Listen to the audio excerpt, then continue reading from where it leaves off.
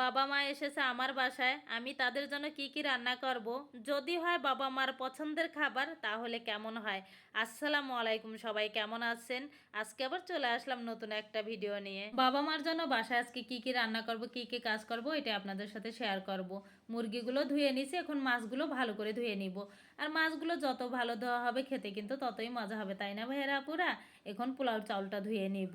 আমি সব কিছু গুছিয়ে যখন নিই আমার মনে হয় কি রান্না করতে বেশি সময় লাগে না। আদা বাটা, জিরা বাটা, রসুন বাটা, টক দই, স্বাদ মতো লবণ দিয়ে মুরগিটা ভালো করে মাখিয়ে রাখবো। আর যদি হয় গরুর পার নেহারি, সাথে থাকে চিরুটি পিঠা, খেতে কিন্তু আরও মজা হবে, তাই না। সবগুলো মশলা দিয়ে আমি হাতে মাখিয়ে নিব এই নেহারির মাংসটা। আর এই মাংসটা যখন মাখাইতেছিলাম মনে হয়েছিল আমি এখনই খেয়ে নিব, এরকম এক অবস্থা। পাশের চুলায় হাঁড়িটা বসাই দিব। এখন আমি আতপ চালের কিছু গুঁড়া পানি দিয়ে ভিজিয়ে রেখেছিলাম নরম হওয়ার জন্য। এখন একটু চেপে চেপে কুসুম কুসুম পানি দিয়ে আমি ভালো মতো গলিয়ে নিব। আর এটা গলানো হয়ে গেলে তারপর এটা আমি সাইড করে রেখে দিব। এতটাই মন ভোলা হয়ে গেছি, গোছের মধ্যে মশলা দেওয়ার কথা ভুলে গেছি। এখন মশলাটা আমি দিয়ে দিব। এই তো একটু নেড়ে চেড়ে পাশের চুলায় আবার দিয়ে দিব। এই চুলায় আবার মাছটা আমি ভাপারা করব, সরিষা ভাপারা। আমার জামাই অনেক বড় একটা কাতল মাছ নিয়ে আসছে, 5 কেজি ওজনের। ভাবলাম এটা সরিষা ভাপারা করব হাতে মাখিয়ে। আর আজকের তরকারিগুলো বেশিরভাগই হাতে মাখিয়ে রান্না করতেছি, তাই না ভাইয়েরা আপুরা। আর এই তো মাখা হয়ে গেছে, একটু পানি দিয়ে দিব যাতে সুন্দর করে রান্নাটা হয়ে যায়। পাশের চুলায় দেখলাম যে গোশটা হইতেছে কিনা, একটু নেড়ে চেড়ে দিলাম। এই তো আমার জামাই অনেকগুলো বাজার নিয়ে আসছে। কি কি বাজার নিয়ে আসছে দেখি। দেশি শসা নিয়ে আসছে, একটা বড় বেগুন নিয়ে আসছে। এই বেগুন খেতে কি মজা লাগে। এই তো 5 কেজি আলু নিয়ে আসছে, আলুটাও তেমন ভালো না, কি আর করবো, নিয়ে আসছে। ওই জায়গাটা অনেকবার ঘুরতে গেছি, খুব মিস করি। বাইরে দেখি একটু একটু বৃষ্টি, আর বৃষ্টি দেখলে আমার বাসার আশপাশে আমার ভিডিও করতে ভালো লাগে। রান্নাটা বসাই দিয়ে আবার একটু ভিডিও করে নিলাম। দেখি রান্নাটা কত দূর হইলো।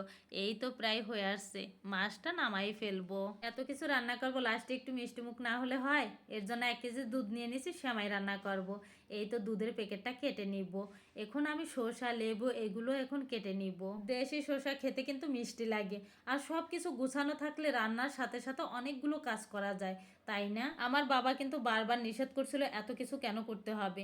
তারপরও তো মেয়েদের মন, বাবা মা আসলে কিছু না খাওয়াইতে পারলে ভালো লাগে না। এই তো লেবুগুলো কাটতেছি। লেবুগুলো কিন্তু বেশ ঘ্রাণ ছিল। বাসায় যেদিন কাজ থাকে সেদিন তো সকালে নাস্তাই করতে পারি না, কখন কাজ শেষ করব। এই তো একটু মশলা ভেজে শিলপাটায় বেটে এখন গুঁড়া করে দিয়ে দিব। আর এই মশলাটা সবসময় আমি দিয়ে থাকি।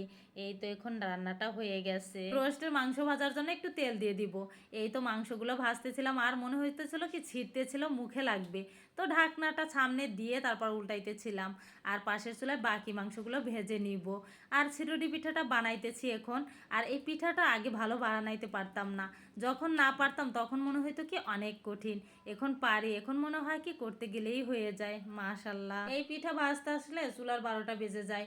ওয়াল চুলা সব কিছু মেখে যায় আর বারবার মুছতে হয়। এই তো এখন একটা একটা করে ভাজতে ভাজতে হয়েই গেল। সবগুলো পিঠা কত সুন্দর হয়েছে মাশাল্লাহ। আর এখন রোস্টের মাংসগুলো রান্না করে নিব। বাবা মা তো আর বেশি দিন বেঁচে থাকবে না। যতদিন আমার বাসায় মাঝের মধ্যে আসে, অনেকদিন পর পর মন চাই কিছু করে খাওয়াই। আর মেয়ে বলতে কথা। আবার অনেকেই বলবেন যে শ্বশুরবাড়ির মানুষের জন্য করি না। আসলে শ্বশুরবাড়ির মানুষের জন্য এইভাবেই করি, আসলে তারাই জানে। হঠাৎ করে মনে পড়ে গেল বাসায় কোনো ঘি নাই, আবার ঘি আনতে পাঠাইছি। এই দুধ পড়ে গেল, একটুখানি স্বাদ মতো চিনি দিয়ে দিব। আর দিয়ে দিব একটু সস, আর কিছু কাঁচামরিচ আগের থেকেই দিয়ে দিছি। এই তো একটু ভালো করে নেড়ে চেড়ে নিব। সব রান্নাগুলো এখনো শেষ করতে পারি নাই, তো ভাবলাম নেহারি দিয়ে চিরুটি পিঠা দিয়ে সবাইকে খেতে দেই। এই তো বাড়তেছিলাম আর আমারই খেতে ইচ্ছা করছিল। সকালে এখনো কিছু খাইনি, কাজ করতে করতে খাওয়ার কথাই ভুলে গেছি। পোলাও, সেমাই এগুলো এখনো রান্না বাকি আছে। মনে হয়েছিল আর রান্না শেষই হয় না, কি আর করবো, একা একা সব করতে হয়। এই তো পোলাওটা বসাই দিব। পোলাওটা রান্না আর সেমাইটা হলেই হয়ে যাবে। পাশের চুলায় আমি আবার গরম পানি বসাই দিছি, এই পোলাওর মধ্যে দিব। এই তো পোলাওটা ভাজা হয়ে গেছে, পরিমাণ মতো পানি দিয়ে দিব। একটু নেড়ে চেড়ে তারপর ঢাকনা দিয়ে ঢেকে রাখবো কিছুক্ষণ। এই তো পোলাওটা হয়ে গেছে, সুন্দর একটা ঘ্রাণ বের হয়েছে। রান্না তো অনেক হলো, এখন আর ভিডিওটা বড় করব না। আল্লাহ হাফেজ।